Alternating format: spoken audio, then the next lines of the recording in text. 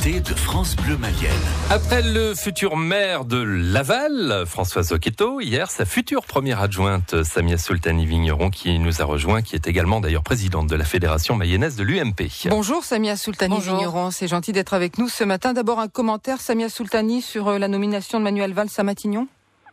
Écoutez, j'attends de voir. Je suis pas le genre à attaquer les personnes, mais plus leur bilan. Et par conséquent, j'attends de voir ce qui va se passer. Est-ce qu'il sera un peu plus ferme pour avoir un gouvernement soudé autour de lui ou pas?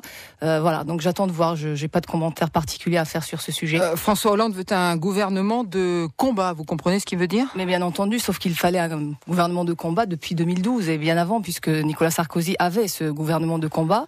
Et je pense que M. Hollande n'avait pas compris et n'avait pas vu l'ampleur de la crise et qu'il fallait qu'il ait un gouvernement soudé, avec moins de ministres et avec des ministres plus efficaces. Manuel Valls, c'est l'aile droite du PS. Sur certains points, il n'est pas très loin de vos idées. Écoutez, si ce sont les discours, sa campagne d'actes, oui, il n'est pas loin de nos idées. Si il se contente de faire des discours et de faire de la communication comme on l'a vécu localement pour d'autres sujets, je pense que les Français seront déçus.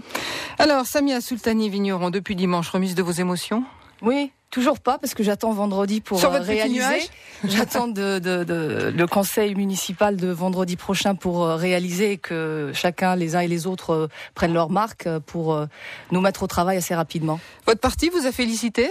Oui. Oui, bien sûr. Les instances nationales? J'ai eu quelques coups de fil, oui, et puis voilà, ils sont fiers du parcours, du travail qui est accompli, parce que on part de loin depuis 2008, puisqu'on avait pratiquement tout perdu, et aujourd'hui on a reconquéri le cœur des Lavallois et bien au-delà, le cœur des Mayennais aussi, puisque je rappelle que nous avons récupéré la commune de Baie, d'Evron et bien d'autres communes, de Cran aussi, parce que ce sont des candidats soit UMP, soit des candidats soutenus par l'UMP et l'UDI, et j'en suis fière.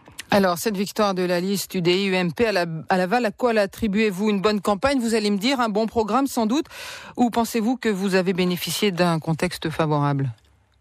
L'ensemble, honnêtement, on n'a pas surfé sur comme d'autres candidats. J'ai des amis UMP qui n'ont fait que de la politique nationale, qui ont fait une campagne vraiment basée sur les manquements du gouvernement actuel. Et nous avons fait le choix avec Françoise Oqueto de ne pas parler de national, parce qu'on en a tellement souffert ces 6 dernières années, puisque c'est ce qui a été utilisé contre nous systématiquement, de l'anti-sarkozysme primaire. Et c'est vrai que quand on base sa campagne sur des attaques personnelles, sur des attaques de l'engagement de nos adversaires, on finit par décevoir parce qu'on n'a pas de projet au final.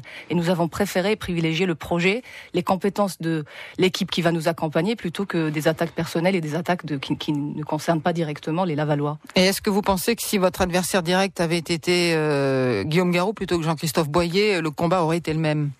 Pour nous, oui, le combat aurait été le même. On avait prévu notre campagne bien avant de savoir si c'était Guillaume Garot ou Jean-Christophe Boyer qui menait la liste en face. Et c'est vrai que c'est un combat, encore une fois, que nous préparons depuis 6 ans. Depuis 2008, nous sommes sur le terrain, nous écoutons les Lavallois, parce que je fais souvent le parallèle entre un chirurgien et un politique. Un bon chirurgien, aussi bon soit-il, s'il n'écoute pas, s'il n'a pas de compassion, s'il n'a pas d'empathie, c'est un mauvais médecin. Un politique, c'est la même chose, et je pense que c'est ce qui nous a différenciés de nos adversaires. Ça veut dire que vous estimez que pour vous, c'était le bon moment pour revenir aux affaires? On ne sait jamais, en fait. On ne sait jamais. Il faut vraiment préparer l'avenir sereinement, y croire, parce que c'est vrai qu'il y a quelque temps, je faisais partie des rares qui y croyaient. Tout le monde me disait, ils sont imbattables. La ville de Laval a basculé à gauche, elle va rester à gauche pendant 30 ans. Mais j'ai la conviction qu'il n'y a pas de terre de gauche ou de droite. Il faut travailler, il faut gagner la confiance de ses concitoyens pour mériter de gagner. C'est ce qui s'est passé dimanche dernier. Cette campagne, vous l'avez trouvée juste, loyale, dynamique? Jusqu'au premier tour, oui. Au deuxième tour, j'étais vraiment déçue par nos adversaires parce qu'ils ont attaqué de manière virulente notre engagement politique. Moi, j'ai du respect pour l'engagement des gens qui viennent de droite ou de gauche.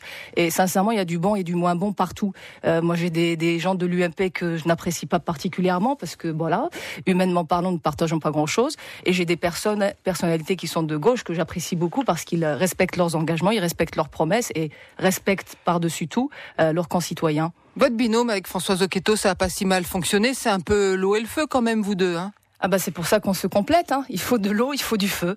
Et je pense que ça sera une bonne chose pour la ville de Laval, que nous ayons des personnalités différentes mais complémentaires, et puis que nous nous apprécions et que nous sachions en fait travailler ensemble malgré nos différences, parce que je pense que le plus important c'est de partager une ambition pour la ville de Laval, et c'est le cas. Vous avez su éviter la cacophonie, un seul porte-parole. On a beaucoup entendu Françoise Oqueto, on vous a peu entendu Samia Soultani, ça n'a pas été trop dur à vivre? Non, je sais, voilà, prendre mes responsabilités. Encore une fois, c'était pas ma personne qui était en jeu, ce sont encore une fois, les intérêts des Lavallois, et je sais faire la part des choses.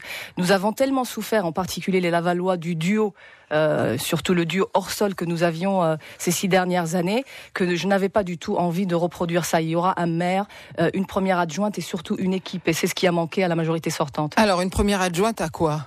Qu'est-ce qui vous intéresse comme poste ? Beaucoup de choses. Vous savez, je me suis intéressée à beaucoup de sujets pendant ces 6 dernières années en tant que conseillère municipale d'opposition, mais honnêtement, c'est pas ma personne qui doit primer. Je pense que les finances devoir aujourd'hui. On verra, on est en cours de discussion parce que Françoise Oqueto est très superstitieux, moi aussi, donc nous n'avions pas envie de discuter de ces choses-là avant dimanche, et c'est en cours de discussion, mais le plus important, encore une fois, c'est de mettre les personnes qui nous ont accompagnés là où il faut pour qu'elles soient efficaces, parce que nous sommes allés chercher des Lavallois avec des compétences, il ne faut pas que ces personnes soient frustrées, et ça c'est mon rôle, c'est le rôle de François aussi, et nous veillerons à ce que les personnes soient aux bons endroits, les bonnes personnes aux bons endroits. Alors, vous nous direz pas qui a quel poste. Une question quand même à la femme politique. Est-ce que vous conserverez le poste de délégué aux droits des femmes et aux luttes contre les discriminations créées par Jean-Christophe Boyer, qui était occupé par Sylvie Deslandes? C'était une première à Laval. Je pense que bien au-delà, encore une fois, des titres et de la communication, il faut des postes qui sont opérationnels. Je pense qu'aujourd'hui, que ce soit au niveau du gouvernement, au niveau des communes, il faut avoir des personnes qui ont une visibilité et qui ont un projet concret. Il faut répartir, encore une fois, le pouvoir, entre guillemets, entre les différents membres de notre liste, et encore une fois, ne pas faire de la communication inutile. Cette victoire, Samia Soultani, ça vous donne des ailes pour la suite ? Bien sûr, c'est un début et non une fin, parce que c'est vrai que avoir un siège, avoir un mandat, ce n'est pas une finalité en soi, il faut voir ce qu'on en fait. Je pense sincèrement que c'est pas le plus important. Là, ça nous donne encore une fois des moyens pour pouvoir agir, et je pense que le plus important est à venir. La députation, vous y pensez toujours ? Chaque chose en son temps. Je pense qu'il faudra que d'ici là, on ne déçoive pas les Lavallois, et c'est le plus important. Samia Soultani Vigneron. Merci, à bientôt.